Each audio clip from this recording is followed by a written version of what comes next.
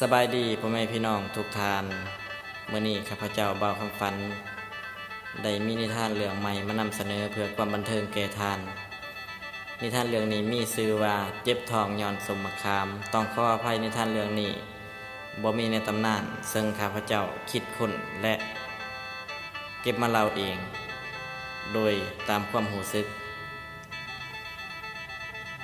ซึ่งเรื่องเล่าข่าวสิเป็นอย่างไรนั้นในท้องเรื่องเจ็บท้องย้อนมะขามไปฟังนำกันเลยในตอนเช้าของมื้อหนึ่งนางหมอนนามสมมุติได้นัดกับนางอ่อนนามสมมุติคือกันสิไปเที่ยวสวรรณเขตนางหมอนเพิ่นเริ่มข่าวว่าได้นัดกับหมู่เอาไว้ผู้ดีแม่มาแต่ตลาดเราก็ซื้อมะขามมานำเนาะซื้อมะขามมานำนางอ่อนคิดใส่สมแห้งเลยเริ่มนัดหมู่ว่าสิไปเที่ยวสวรรณเขตของตอนแรกเฮ็ดแจวขึ้นแล้วเนาะแจวปลาแดกบ้านเฮาเนาะแจวมะขามว่ากินจนอิ่มพุ่นแล้วเนาะกินให้ซาใจเลยแล้วสมมะขามหน่อยเนาะ ปุริตกตอนแรกมาบัดนี้หมู่เกียมเครื่องเกียมของโทรหานางหมอนว่าเตรียมตัวละบ่เตรียมตัวเราออกไปได้เลยบัดสองคนกันได้ตกลงไปดัดรถเมล์ซึ่งขี่รถออกจากบ้านตัวเองไปขี่รถเมล์สายใต้เพื่อสิเดินทางมุ่งหน้าไปสวรรณเขตกะว่าให้มันฮอดไว้อยู่ในรถ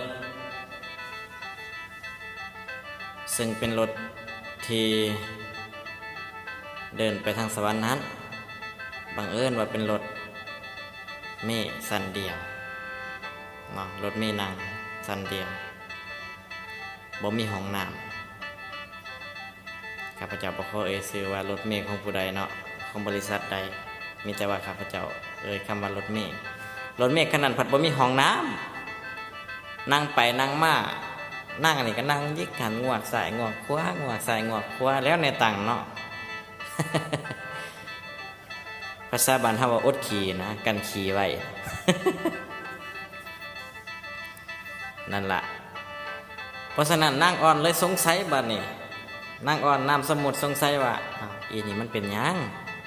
คือว่านางเงียงสายเงียงขวางเงียงขวางเงียงสายคือนางบ่เป็นปกติบัดนี้เพิ่นสิอดบ่ไหวแล้วเพิ่นเลยบอกกับหมู่ว่าเสี่ยวกูเจ็บท้องมึงเจ็บท้องย้อนหยังอีกอีนี่คือบ่ได้กินอีหยังนะกูลืมไปมื้อเช้าเฮาโทรนัดกันว่าสิมาเที่ยวสวรรค์กูดึกมะขามจนอิ่มเพิ่นว่าโอ้ยมันเฉพาะมันนั่งพลิกซ้ายพลิกขวาแล้วนางอ่อนเว้าขึ้น นางอ่อนหัวควันแบบสะใจกูลืมข้าวเซลเฮ็ดจังไดรถก็บ่มีห้องน้ำเพิ่นว่าก็สิบอกโซเฟอร์จอดหมู่คู่ก็หลายคนในรถคนโดยสารจอดให้เฮาผู้เดียวลงไปทำธุระส่วนตัวมันก็สิเกินไปโพดที่บอกกะว่าสิอดบ่ไหวแท้ๆนั่งมอนน่ะห่วยเฮ็ดจังไดตัดสินใจลงไปบอกโซเฟอร์จอดขอไปทำธุระในป่าส่วนตัวจักข้าวแดโซเฟอร์ก็จอดให้เอ้าปล่อยให้เวลาเจ้า15 นาทีเจ้าอ้ายอันนั้นก็ไปทำธุระส่วนตัวมาแล้ว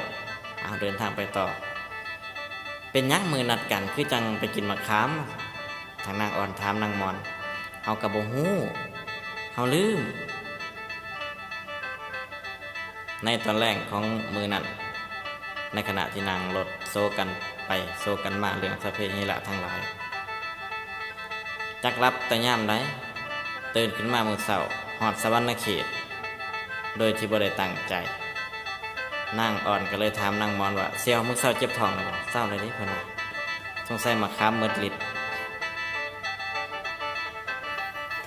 ในทั้งหมดไปฮอดสวรรณเขตสองสาวก็ได้อยู่ห้องตามสบายนิทานเรื่องนี้จบลงไป